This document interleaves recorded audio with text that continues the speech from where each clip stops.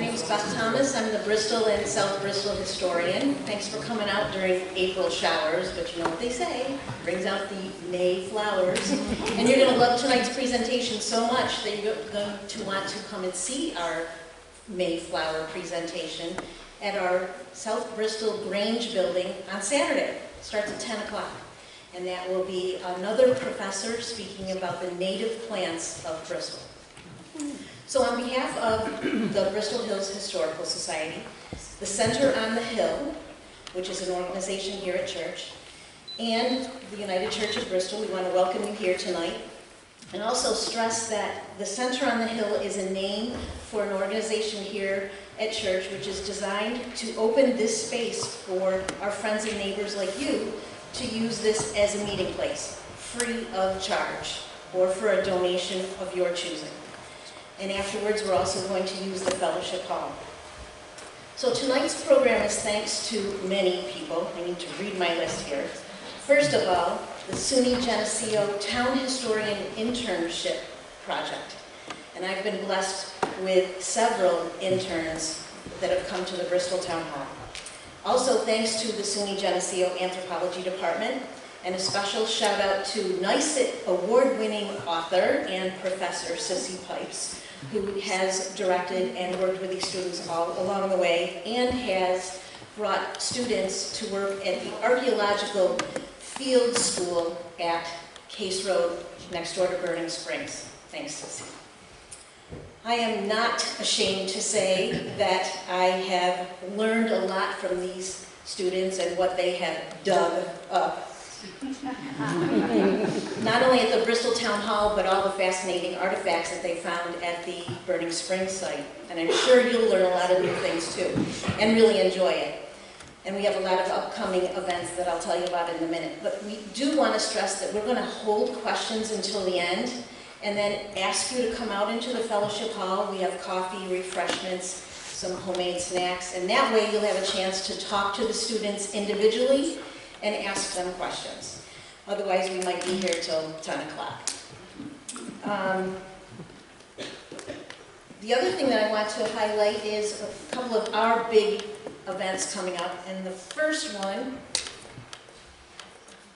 is our book project. The Historical Society has commissioned an artist who has worked with local landowners that have commissioned painting. This is mine. It's my horse, and it tells the story of the suffragist who was born on my property. And our book features a painting similar to this on every page, and it tells the histories and mysteries and legends and folklore of the Bristol Hills. It'll be on sale out in Fellowship Hall afterwards, and the grand reveal is on May 20th at the Bristol Fire Hall. What time? Noon. It's on 1 o'clock. And you can get the updated information on our Facebook page or on our website. Also out back, you can get your beautiful Bristol Hills Historical Society shirt. And these are all just ways for us to make some money and continue to fund great programs like this. We're also going to have our Burning Springs Garden and Waterfall open house again, and it'll be the last weekend in May and the first weekend in June. On the May 20th event, we also have a really unique thing. Perry Brown, a storyteller, is coming to interpret some of the Native American stories that are in our upcoming book, and show some of the original art on that day too. And I think that's about it, other than the other things that you can do to really get involved with history, other than come to events like this, and we're so thrilled that we packed this place, that's just great, is volunteer. If you want to come and play with old records with me in the Bristol Town Hall, I would love that. Help me sort out pictures, help me do genealogical research. Please come and see me afterwards and we'll make an appointment so that we can do that. The other thing that's in the back, this is another way that someone has gotten involved, is that Randy has brought all of the artifacts that he's found at the original Double Diamond Ranch. And they are on display on the table right out back, and we'll see if you can identify all of them without signage.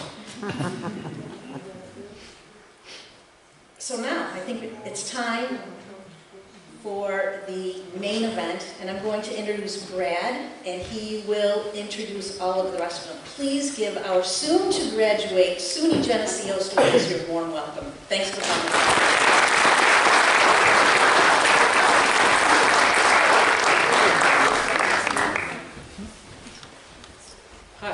Hi, welcome, and thank you all for coming to tonight's program. My name is Brad Boyce, and like my peers, I'm a SUNY Geneseo anthropology student. During the summer of 2022, I was a part of the archaeological field school that was excavating the Burt Wilder site near Burning Springs. In the fall, I worked in the North American lab and on campus with the assemblage found at the site, and tonight I will be introducing each of my peers and providing you with a brief overview of their research. Up first is Fiona Shackleton and Natalie Leosa, who will be illustrating the history of Bristol's founding families, along with genealogy to show how the families were interconnected, and ending with the research done on Dr. Vincent's journal explaining the social and economic networks within the town of Bristol.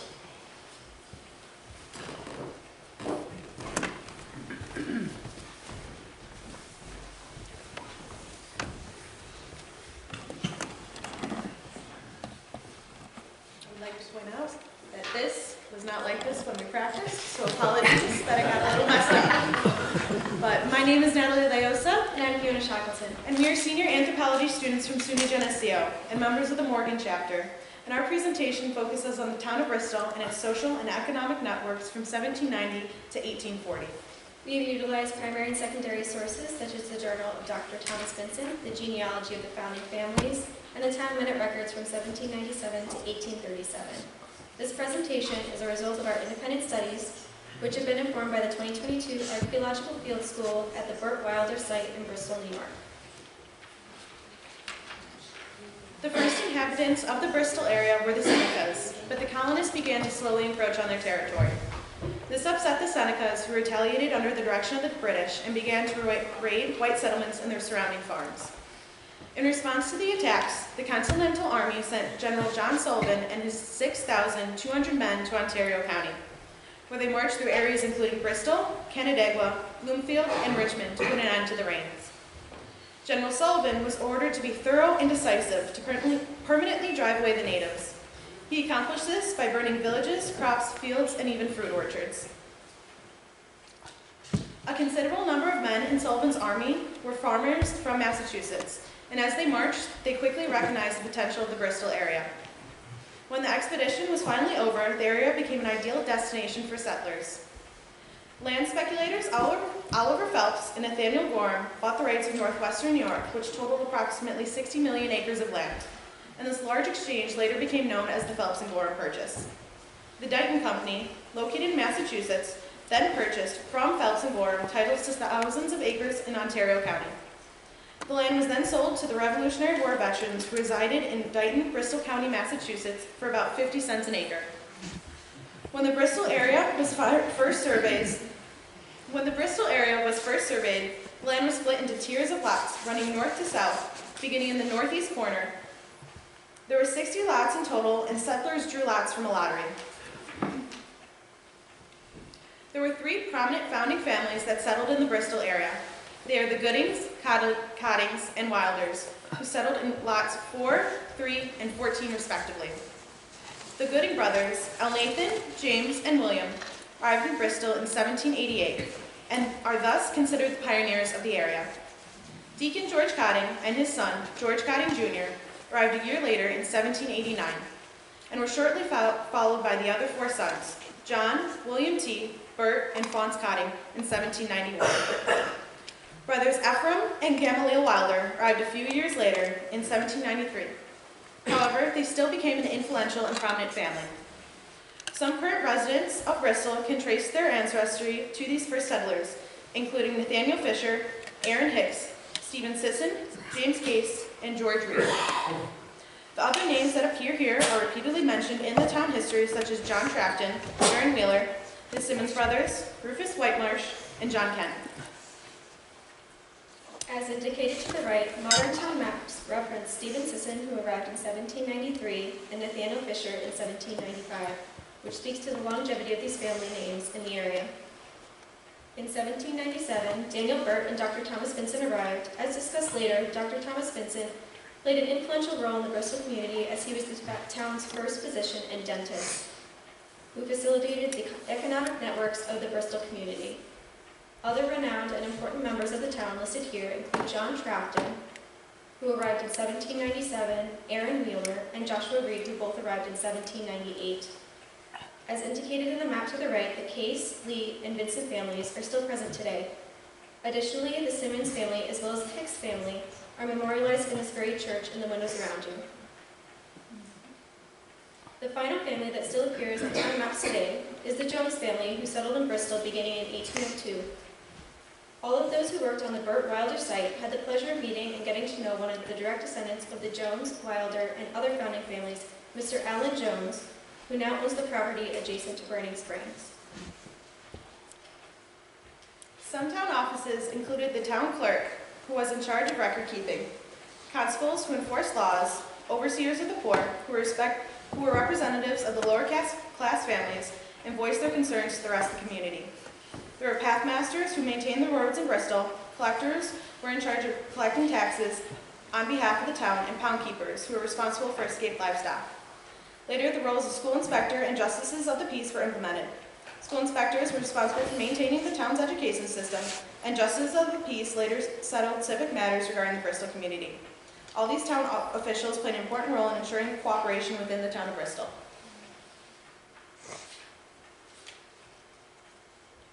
You can go ahead. I missed a slide. The town of Bristol, New York received its name from the first settlers who arrived from Dighton, Bristol County, Massachusetts. The settlers often arrived in father-son pairings or group of brothers who traveled by ox or horse-drawn wagons and brought with them livestock such as sheep or cattle. When they arrived, they would clear land and build cabins and barns for themselves and their animals. They would bring with them enough provisions to last a few months and would return to Massachusetts to collect the rest of their families and bring them to their new home. The town of Bristol was formally established by the Court of Sessions on January 27, 1789, but it wasn't until the first town meeting held on April 4, 1797, that it was officially organized with the election of town officers, which included William, James, and L. Nathan Gooding, John Faunce and George Cotting, Nathan Allen, Nathaniel Fisher, Jarvis Hicks, Moses Porter, Amos Barber, Alden Sears Jr., Stephen Sisson, Ephraim Wilder, Nathan Hatch, and others. Here's the town offices. Carrying on. The first founding family to arrive in Bristol were the Goodings, which consisted of a group of the three young brothers, William, James, and L. Nathan. L. Nathan was the youngest of the brothers, and at only 17, he was the first white man to winter in Bristol, when his two older brothers returned to Massachusetts. He was a farmer and one of the first overseers of the highways from Bristol in 1797. William Gooding was the first town supervisor and blacksmith, while James Gooding was a farmer and one of the first commissioners of highways. The second founding family to arrive in Bristol were the Cottings, who came in 1789. Deacon George Cotting founded the first Congregational Church in Bristol. He was also a farmer, a blacksmith, and was a Revolutionary War veteran. His son, George Cotting Jr., was one of the first overseers of the poor in 1797. They were later followed by George Cotting Jr.'s brothers, who included John, Faunce, Burt, and William T. Cotting. John Cotting was the first town clerk in 1797, and Faunce was the first nail maker and among the first town assessors. Burt served as the proprietor of the meat market, and William T. was heavily involved in the town between the years 1890 to 1830, and took up many roles such as supervisor, constable, school commissioner, pathmaster, and overseer of the poor.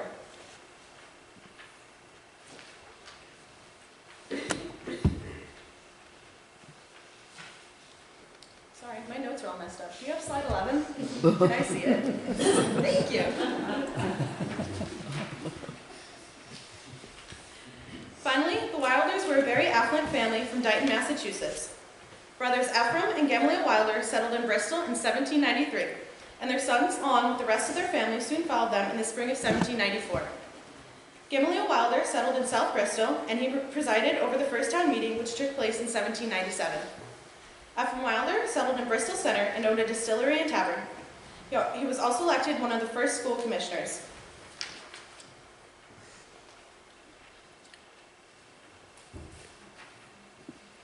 In 1796, Daniel Burt arrived in Bristol. He built a log cabin near what today is called Burning Springs. The rest of his family followed him from Dighton in 1797. Unfortunately, in 1813, Daniel Burt died from the plague. Daniel Burt's widow, Hannah Trafton Burt, who was also related to the Cottings, sold the property to John Wilder, approximately 5 years after the death of her husband. John Wilder was married to Hannah's niece, Eunice Cotting.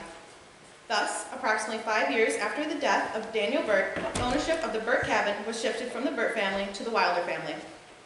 Hannah Burt, along with many others, including some of the Cottings, moved to Medina, Ohio as part of an 1818-1819 mass exodus from Ontario County. Many settled into what was known as Cottingsville, but is now referred to as Granger Township, Ohio.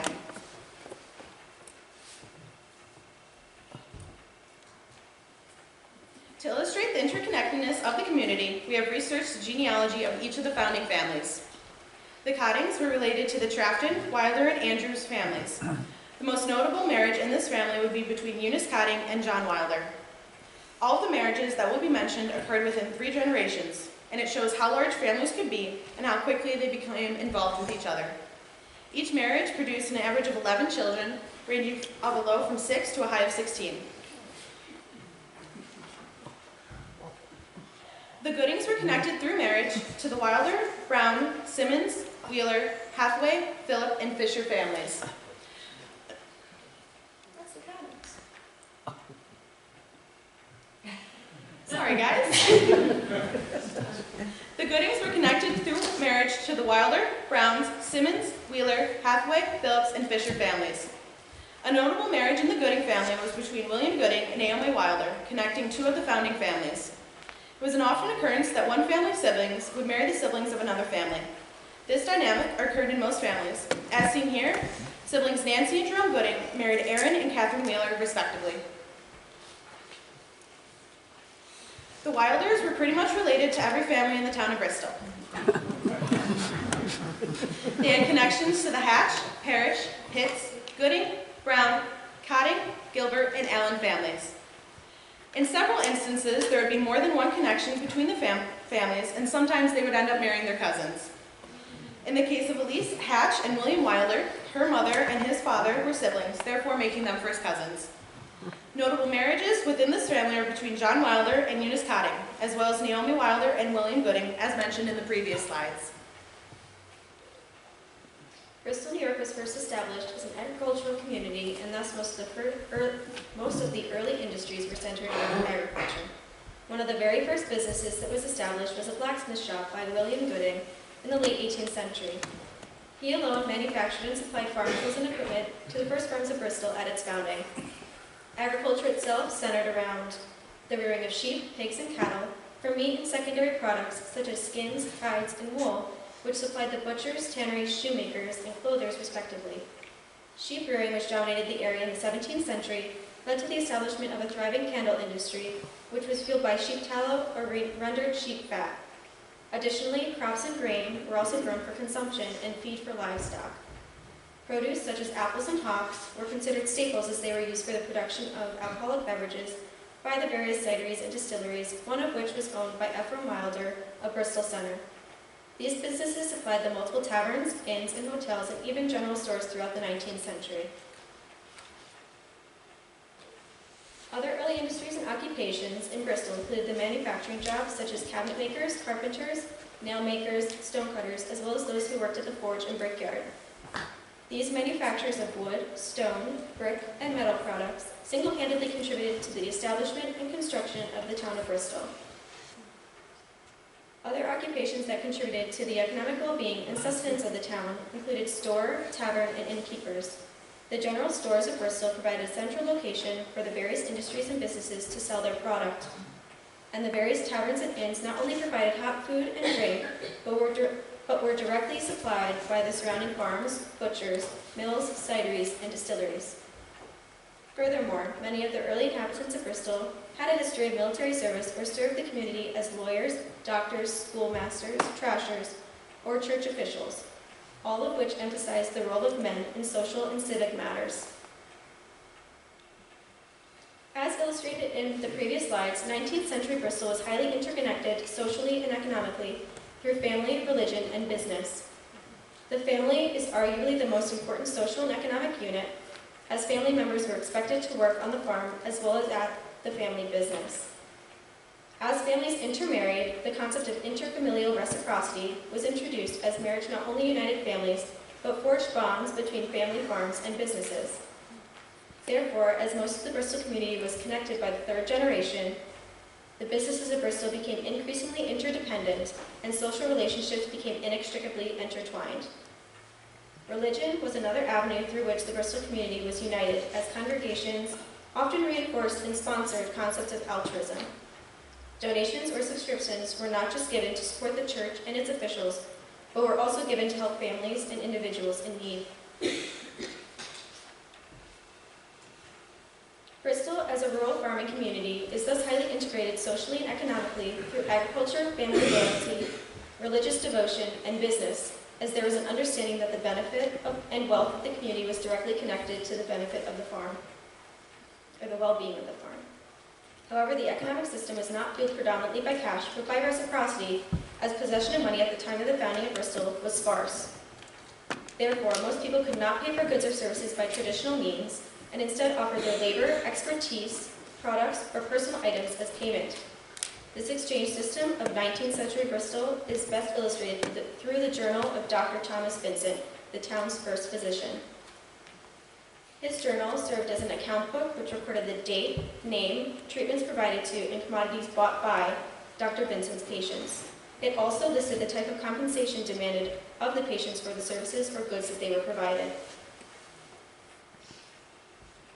Dr. Thomas Vincent not only offered medical care and dental services to the town of Bristol in the form of checkups, bleeding, tooth extractions, treating of bites, injuries, and broken bones, as well as providing medication and inoculation, but he also supplied tobacco, butchered meat, cider, produce such as apples, onions, beans, and potatoes, grains and seeds such as wheat, rye, flax, and hops, as well as other goods such as foodstuffs and secondary farm products, which included flour, sugar, molasses, salt, dairy products, candles, yarn, beeswax, timber, and alcohol, such as whiskey and rum and brandy. Therefore, Dr. Thomas Vincent's practice served a dual purpose as a medical facility and general store. Furthermore, this shows that his business directly relied on farms, particularly that of Aaron Wheeler, cideries, distilleries, and other businesses to supply and stock his store. As cash was scarce during the founding years of Bristol, Dr. Vincent used his patients' debts to pay off his own to farms and businesses he utilized for supplies and products. He was thus a broker of labor in that he was the intermediary between farms and his patients. If Dr. Vincent's patients couldn't pay him in cash, he would often send them to work on farms or at cideries as a source of labor, or offer other services. Other times, he would have his patients complete household repairs, construct fences, make furniture and clothing such as tables, gloves, and socks. Farm labor would consist of plowing, preparation of fields, planting, harvesting, mowing, sawing of horns, and butchering, whereas cidery labor would consist of hauling and chopping of wood. Other services that were provided by patients were their draft animals such as oxen and horses, for traction, transportation, or power. For those who had specialized skills, such as blacksmiths and stonecutters, they were asked to make agricultural equipment and tools such as plows, shovels, horse and oxen shoes, yokes, axes, and hammers, as well as architectural materials such as shingles and bricks. If they were farmers themselves, they would sometimes be asked to keep livestock to graze. In closing, this flowchart illustrates that Dr. Vincent used the debts owed to him by his patients to pay the debts he owed to farms, cideries, and mills he relied on for supplies to stock and run his business.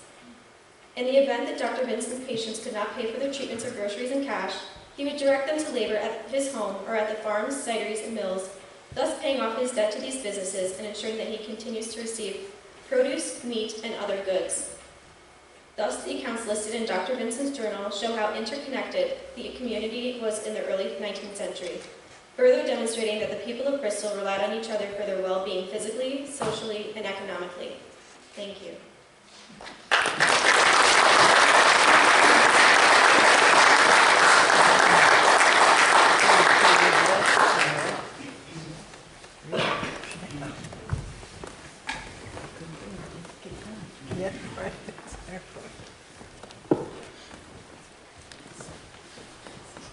Up next is Tom Interante, who focused his research on identifying the socioeconomic status of the Burt Wilder site through analyzing the assemblage of pearlwares and redwares collected.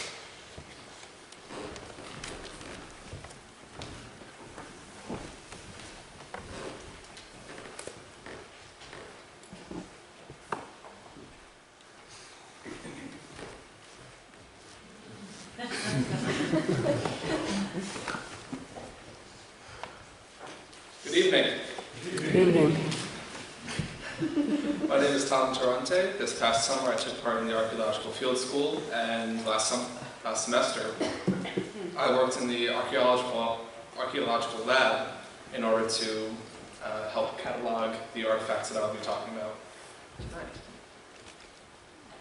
Today I'll be focusing on the various examples of ceramics that were discovered at the Burt Wilder site, and will encompass a wide range of ceramic types and vessel forms while examining their uses and the economic value associated with them. The Wilders, as was said previously, were a very wealthy family, one of the founders of Bristol, and that's very much able to be seen in the type and quality of the pottery that we found at the site. However, compared to people, say, in Manhattan or other larger cities, they were significantly less wealthy, and that is also very much seen in the assemblage. We would often find non-matching sets, which would indicate the replacement of goods that were broken in transit on the way from England to North America.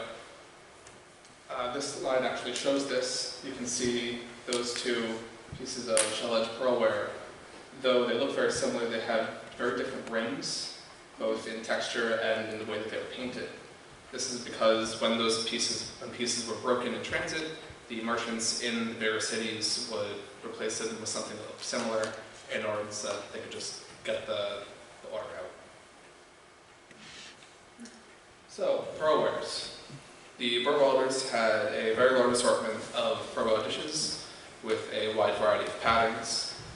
However, the assemblage that we found was very fragmented, which made it very difficult to identify some of these patterns and some of the vessel forms. Pearlwares often come in very different patterns and styles. Some are hand-painted, while others were made using pre-made prints. All pearlware found in the region was imported from Britain, mostly from Staffordshire. The Clues brothers were one of the manufacturers of these wares. Ralph and James, who were in business from 1813 to 1835 until their bankruptcy in 1835, upon which James Clues moved from England to Kentucky and started the Indiana Pottery Company until he sold his shares in 1842. And though it's difficult to see, the picture on the top on this slide shows our example of the Clues Maker's Mark, as seen in our assemblage, while the picture on the bottom shows what that mark would actually look like if it was whole, which is two concentric circles. In between those are the words Clues Warranted Staffordshire, and in the center is a crown. Shell-edge pearlware. So shell-edge pearlware is identified by the edge of the pearlware, which is usually hand-painted, and they are molded by hand. Since shell-edge was handmade, that explains even more variability within sets. Shell-edge wares came in both green and blue, with green coming earlier than blue, and shell-edge wares were typically found in platters, plates, and soup bowls. Mocha ware. Localware was often found in the form of bowls, pitchers, mugs, serving bowls, and is identified by the number of, not the number, but the green, blue, and beige bands found encircling each of the wares, and also the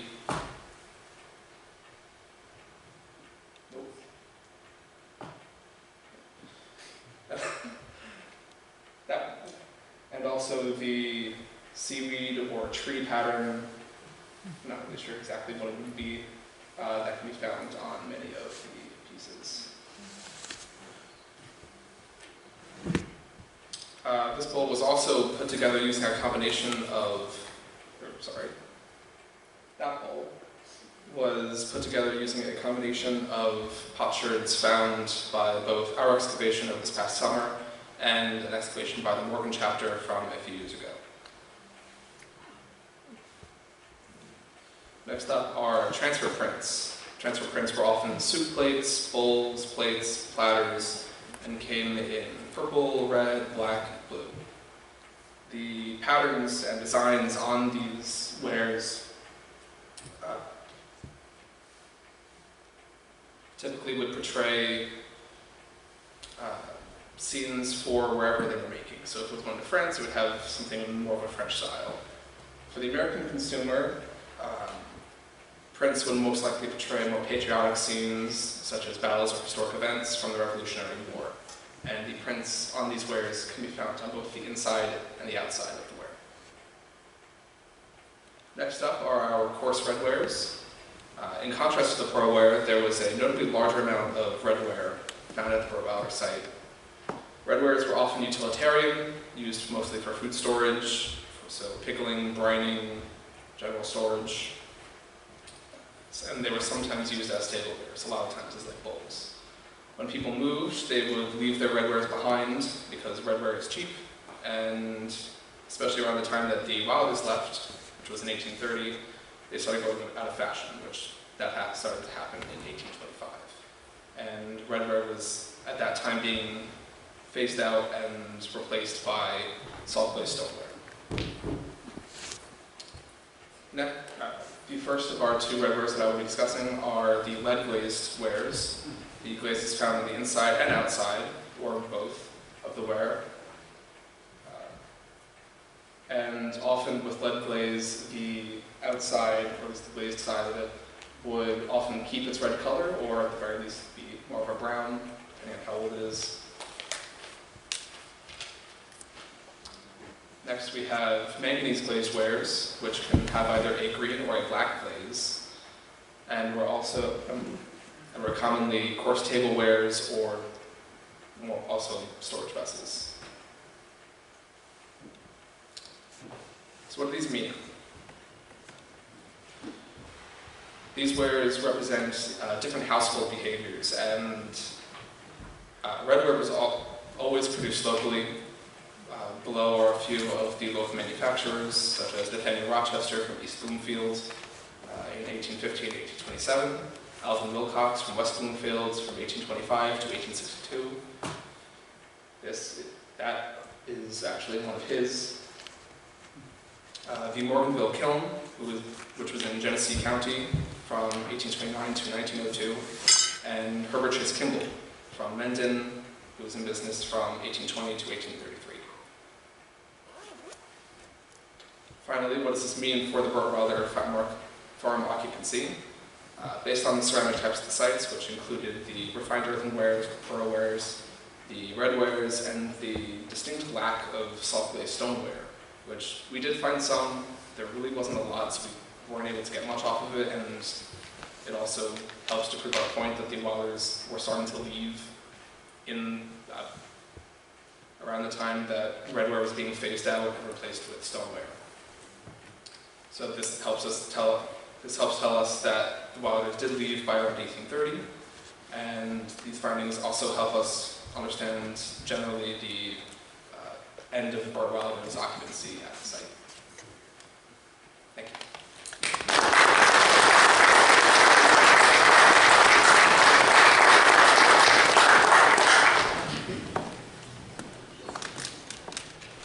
Next, next is Dylan Brown and Tia Blossom Game, who focus their research on the architectural, agricultural, and small finds such as the personal items collected from the Burt Wilder site.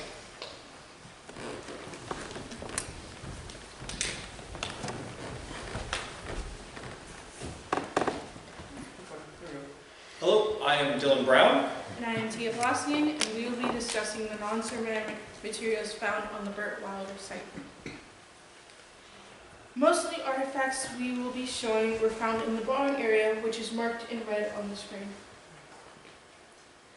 To be more specific, most of the items were found in the dug-in cellar inside of the barn.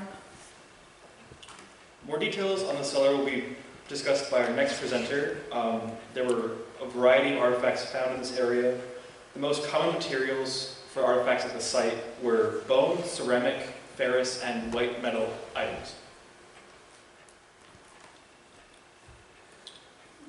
Here we have our clothing-related artifacts, primarily buttons, as you can see. Here we have our shell, bone, and white metal buttons. The bone button on screen would have been most likely made in-home. This would be done by boiling and then cutting sheets from the bone to then punch the button from. Bone buttons were typically used for undergarments. The shell button would have been imported, and most likely from a woman's blouse. The general store would have sold the shell buttons on button cards, and then a seamstress would have attached the button to the clothing. Here we have our gilt brass button. The back mark printed on the button helped us date the button to 1829 to 1833 approximately, and these dates fall right in line with the dates of our site. These gilt buttons would have typically been used for men's jackets or coats. There are also some personal items found on site, which we believe was used by the occupants. On the right, we have the remains of a bone comb. We know this is a comb because of the shape of the object and of the notches of the teeth. The photo of the wooden comb is an example of what we think the bone comb would have been, a lice comb. On the left here, we have two pieces of pipe stem. They were both made from white ball clay, but as you can see, the top one has been discolored. We only found 3 total pieces of pipe stem, which is interesting because smoking pipes was fairly common for the time. So finding only 3 is quite surprising. This leads us to believe that the people on the site may not have smoked as much as other people during the time. There was also many utensils found on the site, many of which were cutlery. On the far left side, we have a almost fully intact knife blade. There were 2 knives found on the site. We believe this knife was used as a kitchen knife because of the size of the blade. Next to that, we have a almost fully intact spoon. Because of the size of it, we believe that this spoon was used as a serving spoon. Next to that, we have a partially intact fork with a bone handle. The bone handle has diagonal design markings, like the bone handle next to that. For this last bone handle, we do not know what the utensil would have been because we only have the handle. Next up, we have our weaponry-related artifacts. Here we have a musket ball and a piece of sprue. That's what this is. Sprue is the material left in a cast after having made the musket ball. This gives us good evidence that the musket balls would have been made at the site instead of being purchased elsewhere. Making of musket balls was fairly common for this time. There were a lot of architectural materials found on site, primarily brick and nails. Machine-cut nails were the most common among the nails. Cut nails would have been made by the nail maker in Bristol. Bricks were also found on the site. The bricks would have been made by the local brick maker. These pieces of hardware were most likely part of the barn structure. On the left side of the screen here, we have a lock glide. This would have been used to help lock the barn door. On the other side of the screen, we also have a rose head nail. This is an example of what that would have been. These types of nails were decorative and would have been in the structure of the barn as well. And here we have a hang of a lock. This would have been more of a mechanical lock rather than like a sliding one for the barn door. Also like the typical lock and key kind of locks. We had a lot of artifacts associated with animals and transportation. In the early 19th century, people relied on sleighs, wagons, oxen, and horse to move themselves, their belongings, and other goods. There were several pieces of harness equipment found at the site, with also 3 ox shoes. This slide shows an example of a buckle from a bridle, and one of the ox shoes. Since the Wilder family was rather well off, they owned 2 oxen that they would regularly lend out to people around town. The barn entrance was found during the excavation of this site. This sill we have a picture of is where we believe the barn entrance was. There are several striations on the sill which indicate things being pulled in and out of the barn. Daniel Burt was a pathmaster for a period of time, and part of his job would have been to flatten the snow for the sleighs in the winter. His sleigh would have been left in the barn. There we go. The Burt Wilder site had a large agricultural field associated with it. The only piece of agricultural equipment we found at the site was this plowshare. This would have been this part of the plow. Based on this, we believe that most of the artifacts that would have been related to agriculture would have been found in the cellar, since this is the only one we found. There are also more out in the back for when we're all done here. If you want to take a look at those. Thank you.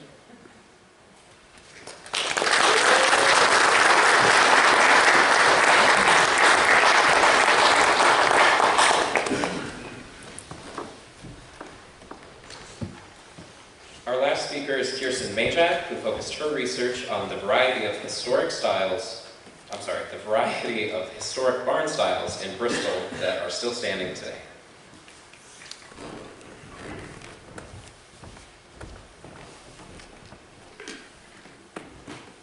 Hello, my name is Kirsten Majak and I'm a senior anthropology major at SUNY Geneseo. My portion of the presentation today is a reflection of my work in Bristol through my participation of the excavation at the Burt Wilder site this past summer, as well as my fall internship under the supervision of Bristol town historian Beth Thomas.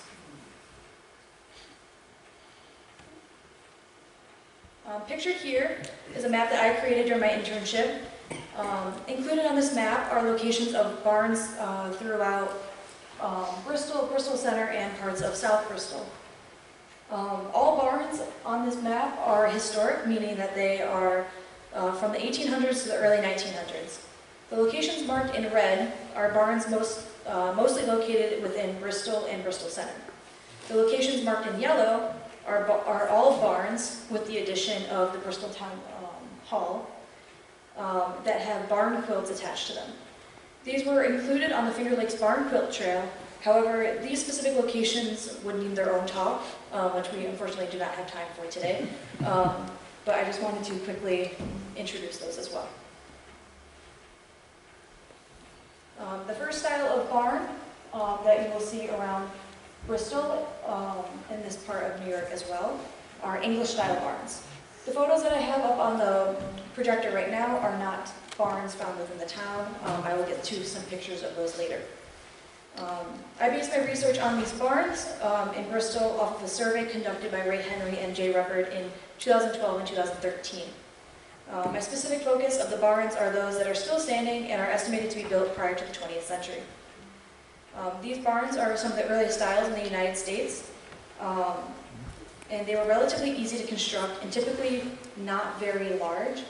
This was common in the early settlement times as there were not a lot of hands to be around to help in construction. This aided with the popularity. Construction only needed a few people, as I said. And these also overlapped in time with some of the other barn styles that I will mention shortly. These barns were constructed typically out of American chestnut, which used to be a common wood during this time period due to its sturdiness and its resistance to rot. However, this type of wood was over-harvested and it has now caused it to be an endangered tree species.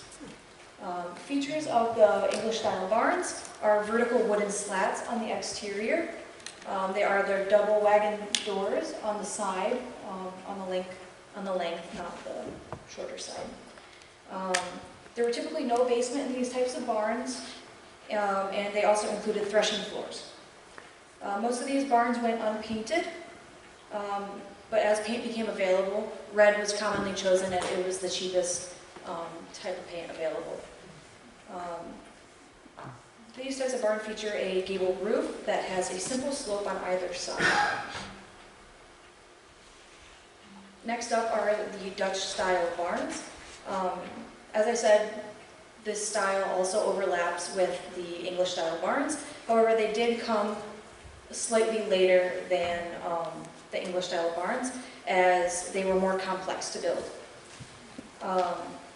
Since they were more complex, they needed more people and more experience to make. This was due to the gambrel style, which was a three-point style roof. The complexity of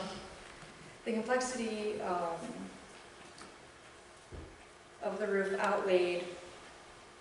I'm so sorry. The outcome of the gambrel roof outweighed the extra effort as the roof provided increased storage space. In these spaces, surplus animal feed, equipment, and harvested crops were able to be kept. And last but not least are the bank-style barns. Bank barns were most similar to the English style as they had the single-peaked gable roof. Later on in time, some of these barns did also include the gambrel roof with the three-point style. Bank roofs are different from the previous two styles because they have a basement dug into the side of a hill or a slope. This slope allowed for two entrances, one on each level. This allowed for equipment, livestock, and people to enter from the ground floor regardless of whichever level they were accessing. The barns were made from wood, but also typically included foundations made out of fieldstone. I don't know if you can see it on that one, but there's a very slight foundation on those. This is another blown up photo of that aerial shot that we showed you earlier. This is the what we believe to be the barn at the Burt Wilder site. During our excavation, we discovered the basement to the barn. We estimated it to just be this small center in the yellow. However, it could have expanded to be the entire length of the whole foundation. So despite this having a cellar, it was not a bank barn. This was very confusing to us as the site is located on a slope. It has indications that it was dug straight down, which is very confusing to us because it would have taken an extreme amount of effort. There's a lot of clay and there's a lot of rocks in that soil, and there were constant impasses and just inability to get through. So really big props to whoever was able to dig that cellar initially. The barn's foundation runs north to south with the entrances to the barn being on the eastern wall. We know that this is the entrance to the entrance of the barn due to the sill stones that we uncovered. Dylan and Tia did touch on that as well. These large and mostly flat stones had striations on them that were indicative of the use of a sleigh in the wintertime for transportation. These markings were also caused by farming equipment being brought in and out of the barn. Okay. Okay. No. So now to get to some familiar pictures. Sorry if the text is on the screen. Really trying to fix the formatting, but it didn't really work. So this is not going to be an exhaustive list of all of the barns in the area, as there are just far too many to put into this portion of the slideshow. And out of the privacy for the owners of the barns, I did not include full addresses to any of them, as I did not get any explicit permission, but I will give you very vague locations of them. But hopefully they are recognizable enough to everyone that they would know where they are. Pictured here is the barn on Case Road. This is right across the street from Burning Springs, so if you have ever been there, you will recognize this barn. It is a English-style partial bank barn. So there is it's kind of hard to see. There is a bit of a stone foundation right there. It was built circa 1850. This is based off of the records given to us by Alan Jones. And it's a really cool barn. I'm sorry. So this next barn is a large Dutch-style barn located right down here on County Road 2. As you can see, it no longer has a fieldstone foundation to it. This has been replaced, but this is a very large barn compared to some of the other English-style barns. The gambrel roof also provides ample amount of space, as you can see here, hopefully. So those 3 extra points on the roof are able to give all this extra space for storage. Down the road, we also have the Sunshine Barn, which many of you may have passed on your way here tonight. I know I did. It is also a Dutch-style barn. It is much smaller, though, compared to the one that I did just show you. This barn dates back to at least 1904, as I was able to find it listed on the Ontario County Atlas that was made the same year. The barn next to it is also another Dutch-style barn. It also was on that same atlas, so it should date to around that same time period as well. As you can see, it is painted red, which I would hope is the original paint, so that would be really cool. I do not have any confirmation on that, though, but it keeps the tradition with the red style paint. This one over here on Route 64 is also another Dutch-style barn. It is also very large, like the other one on County Road 2. Once again, this large barn showcases the amount of storage space that it had compared to some of the other English-style barns. It also includes this really cool foundation where the hill, it doesn't go straight. They kind of dug right through it and made this nice little slope. So it's partially dug into the bank, but still provided all that great access to each of the floors.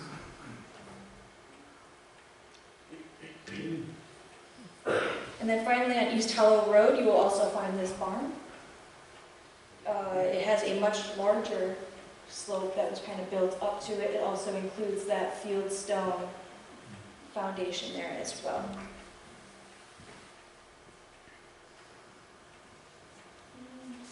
That is all for my portion. Thank you.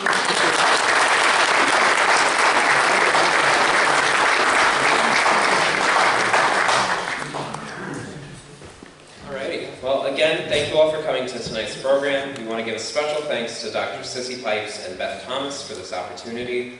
If you have any questions for us, feel free to join us in the reception area. Thank you.